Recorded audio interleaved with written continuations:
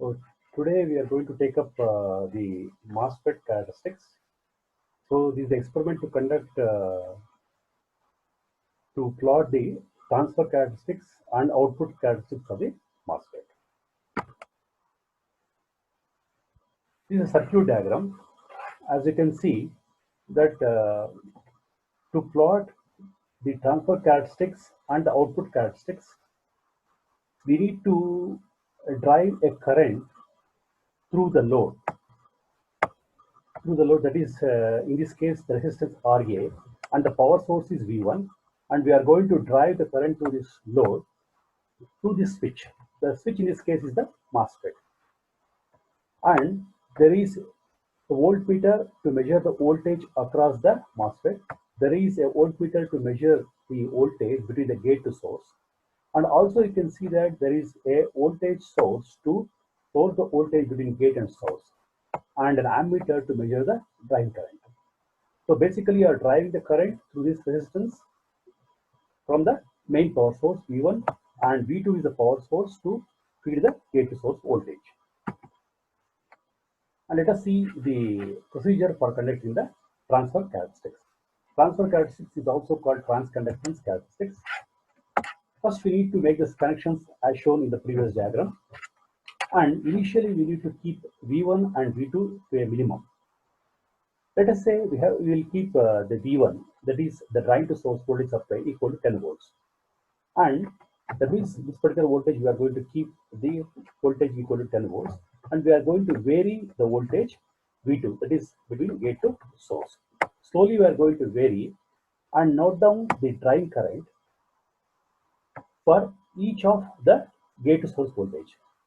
So we are going to increment the gate to source voltage by a small voltage increment of 0.5 volts and enter that drain current in each case. The minimum gate voltage, gate to source voltage, which is required for the conduction to start, is called the threshold voltage. You can see that up to a particular voltage between gate to source voltage, the current starts to conduct through the drain, indicated by this particular graph. If VDS is less than the threshold voltage, a very small current flows through the drain, that is called the leakage current. So you know that the current always flows from drain to source. That is the first thing that you need to note down. And the second is that a very small current, that is called the leakage current, flows through the drain if the voltage between gate to source is less than the threshold voltage.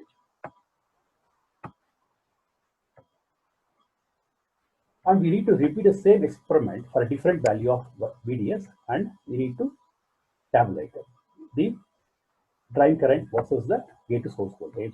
And the graph looks like this. The ideal graph looks like this, where in the y-axis the drain current is plotted, and in the y-axis the gate to source voltage is plotted.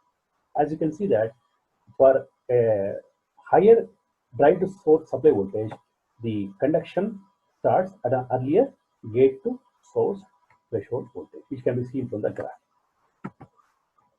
Next, we are going to plot the drain characteristics.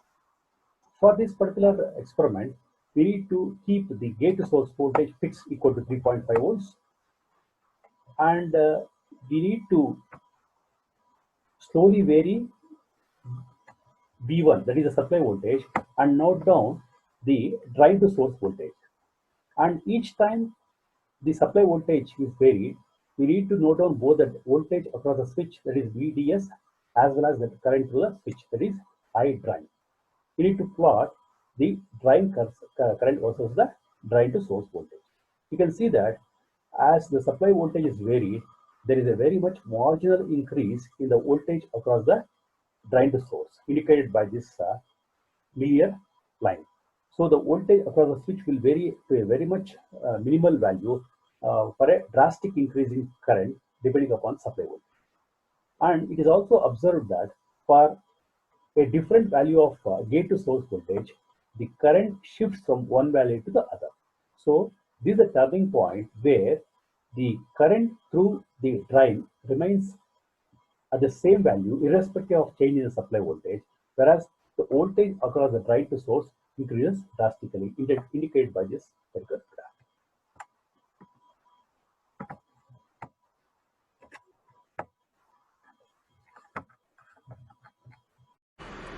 recording. This experiment is for conducting the characteristics of MOSFET. So basically we are going to conduct the transfer characteristics and the output characteristics of the MOSFET. Here you can see that this particular unit is for measuring the voltage and current, whereas this particular unit is for conducting the actual experiment on the MOSFET. As far as this particular unit is concerned, you can see that there is one power supply here on the left hand side, and similarly there is one power supply on the right hand side. If you observe the power supply on the right hand side, you can see there is a potentiometer, a switch and a fuse. Similarly on the right side, you can see there is a potentiometer, a switch and a fuse.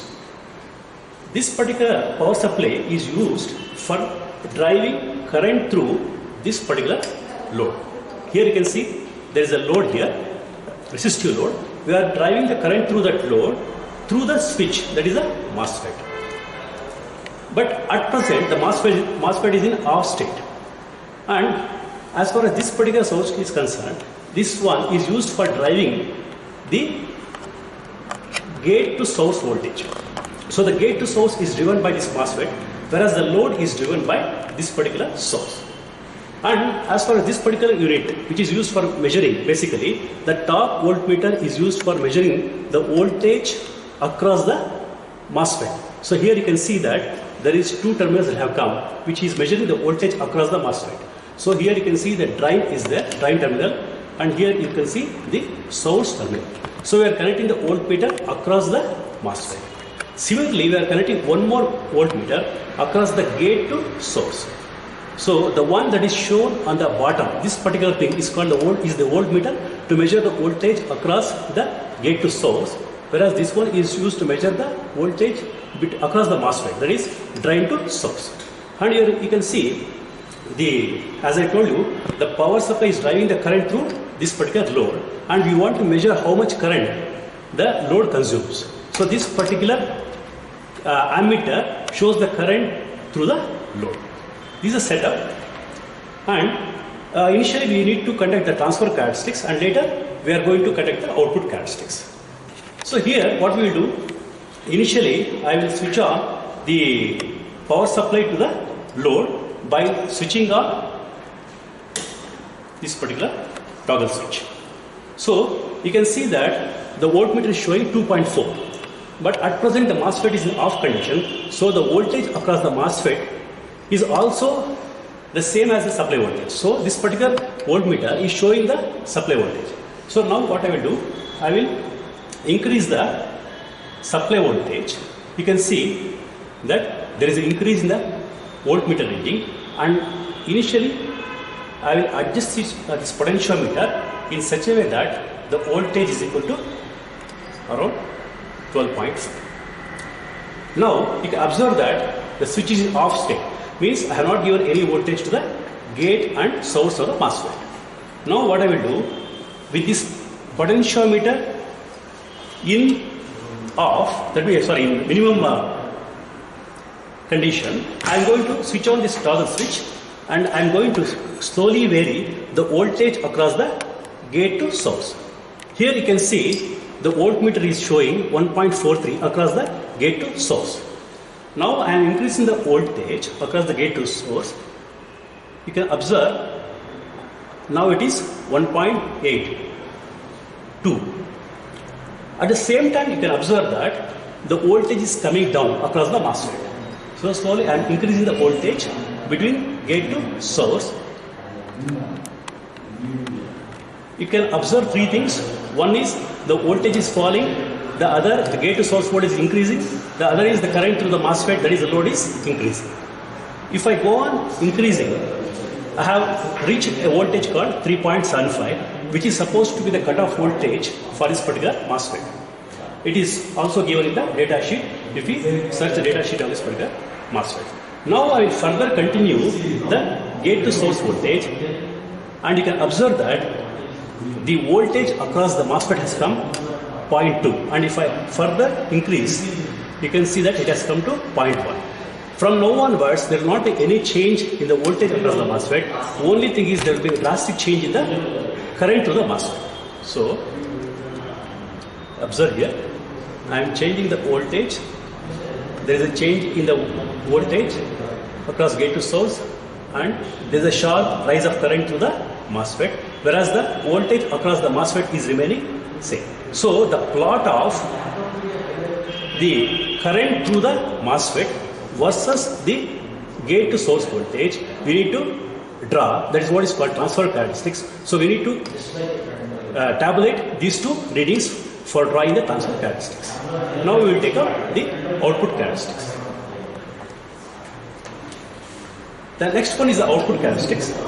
Here, for this one, what we will do, we will fix the voltage between gate to source.